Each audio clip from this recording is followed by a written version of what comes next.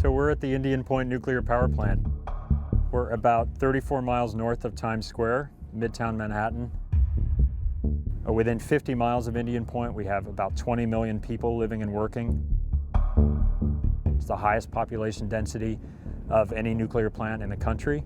You can have a catastrophic accident at Indian Point that would release enough radiation to make this entire region uninhabitable. What we're looking at is the two big concrete domes are the two operating reactors at the plant. They've been running since the mid-1970s. Most of the nuclear plants in the country are basically 1950s era atomic energy design. They haven't changed really a bit since then. Indian Point is a once-through cooling nuclear power plant. That means it's continuously taking in Hudson River water, cycling it through the plant, and then discharging it back out. We're talking about 2.5 billion gallons of water a day. Just to put in perspective, that's twice the amount of water the entire city of New York and its 9 million residents use every day. The effect is it kills over 1 billion fish and fish eggs and other aquatic life every year. It's been doing that every year for 40 years.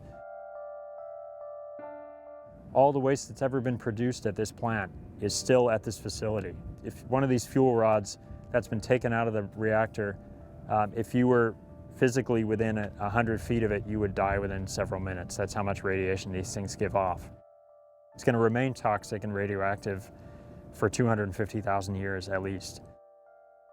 Most of the spent fuel is in concrete pools, which are behind the reactors. 2 of those pools were leaking for 10 or 15 years. There's now 2 big underground plumes of highly radioactive contaminated water sitting under the plant, basically in the groundwater. Whether Indian Point stays open or closes, the cleanup of this site, the decommissioning is going to cost billions of dollars, and it's a contaminated industrial site.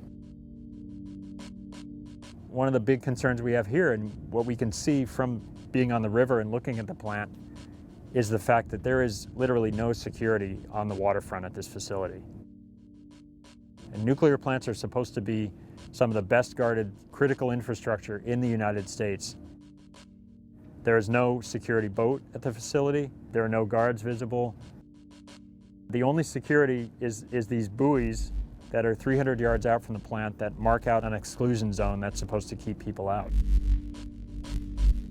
You know, we can't see it from here, but the spent fuel pool buildings are just basic cinder block buildings next to the reactors. They're not hardened, they're not pressurized containment buildings like the reactors.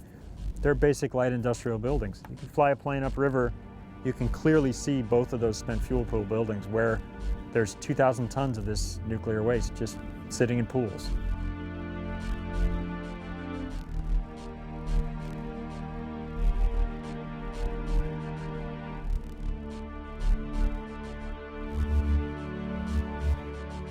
Forget the reactors. The reactors are not the main target here. The spent fuel pools have 5 times the radiation that each reactor has, each spent fuel pool has. If you damage or drain that pool and that fuel is exposed, catches on fire, and that fire would release more radiation than we could handle.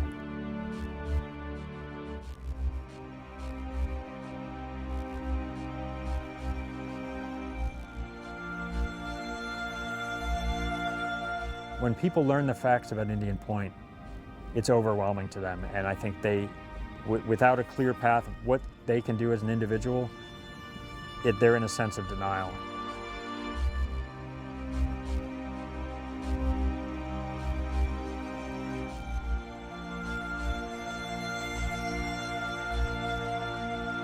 You know, given the risks, I think it didn't make sense to build the plant here even in 1973, and it certainly doesn't make sense to keep it operating now.